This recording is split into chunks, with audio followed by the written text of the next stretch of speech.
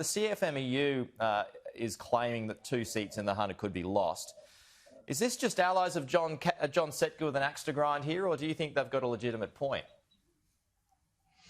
Well, we're always, I think, entitled to be sceptical of polling, Pete, but this one does seem to have credibility, and the numbers are the numbers, and it should be ringing more alarm bells for every member of the Labor Party. This is traditional Labor heartland, and you can bet London to a brick that if you did the same polling in similar seats in central Queensland at the moment, you'd probably get the same result. So, you know, they say the definition of madness, Pete, is to keep doing the same thing and to expect a different result. That's what the Labor Party has been doing. And unless we recalibrate our policies, recalibrate our narrative, put the Labor back in the Labor Party and start talking more to our traditional base, we will continue to struggle. And this is a very bad thing. We've won a majority in the House of Representatives once in the last quarter of a century, and there are millions of people out there relying upon us to win government from time to time, and we are letting them down. And if we don't rethink our policy approach, then we're going to lose another election and let them down again. Right, okay, yeah. So I was going to ask you that. As things stand, does Labor have any chance of winning the next election if nothing changes? Well, it does have every chance of winning the next election. We still live under a two-party system, and in a two-horse race, each contestant is a chance. But that poll shows that we continue to lose support amongst all income groups, including lower income groups, which is of real concern. And a poll like that, like 28%, Pete, primary vote in a seat we've always held, in a in an area with a working class background, is a really scary thing. What's very, very clear is that we certainly haven't gone forward since the election. This poll indicates we've gone backwards. People were expecting us to receive their message at the last election, and what we are saying to those people is that regardless of what you're saying or what you said at the last election, we're going to continue with the same emphasis, the same policies pretty much. I mean, we have dispensed with that silly medium-term climate change target. We have dispensed now with the mistake, which was the franking credits. But it's our whole narrative, Pete. We've got to demonstrate to people that we are back seeking to return to those people we were formed to represent. So do you think Anthony Albanese should be dumped as leader?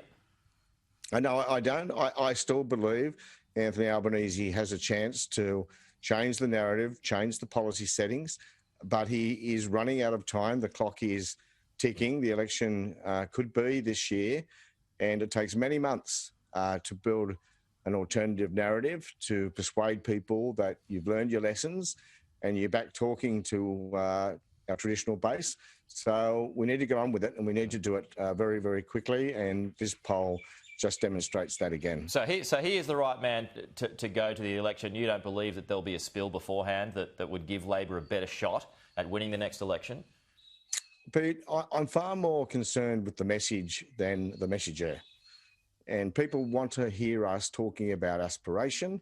That is their economic aspirations, their aspiration to give their kids the best possible chance in life. Things like climate change are very important, and that poll indicates that people are backing more investment in renewable energy, as they should. But it also says that they expect it to be done in a way which doesn't cost jobs in other industries and therefore in other communities. And there's a very strong message in that for the Labor Party.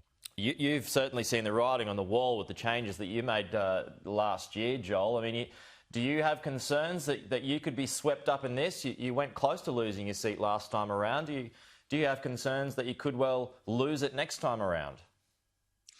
Well, I would never be complacent, Pete, and I intend to work my electorate even harder than ever before. It's one of the reasons, many reasons, I took myself to the back bench so I could focus more on my electorate. But I'm a bit of a case in point, aren't I? I've heard the message of my electorate, and I'm speaking out on its behalf. But holding Hunter won't be enough to win government, Pete. We've got 68 seats. You need a lot more than that.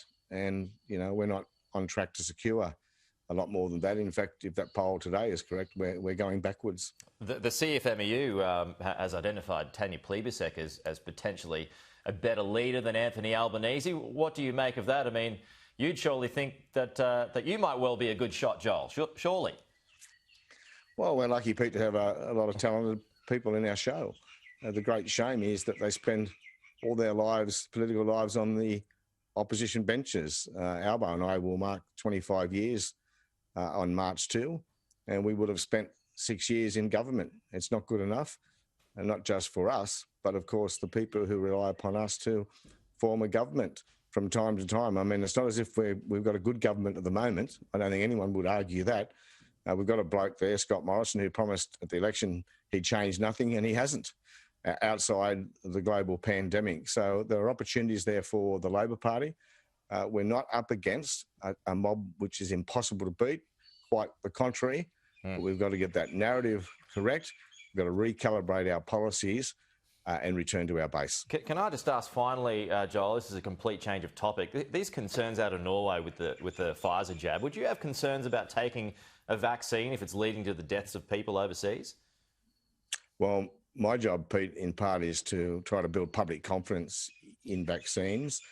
So it wouldn't be of concern to me, but certainly this is going to make that task more difficult. You're going to have the most efficient vaccine, effective vaccine in the world, but if people aren't taking it, then it doesn't do us much good. So the government's going to have to move very, very quickly here to provide the reassurance people need, particularly those who have elderly parents, for example, that it is safe. Thankfully, it's not the only vaccine available to us. In fact, it's not even our primary vaccine, but people don't discern between them. If they hear any vaccine is a problem, then they'll be reluctant to take it. So big job for the government here.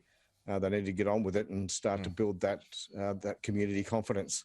And just finally, these tennis players at the Australian Open, have they just got to cop their quarantine and stop their complaining? Yeah, well, the Australian Open is very important. It's important to the Victorian economy. It's important to all of us who love to watch the Australian Open. But more important is broader community health. And, yeah, they're just going to have to suck it up. And it is a shame because it's no doubt going to, if they remain locked up, it's going to affect the performance of some and therefore the quality of the tournament. But, we've seen more amazing things than this over the course of the last 12 months. Sure.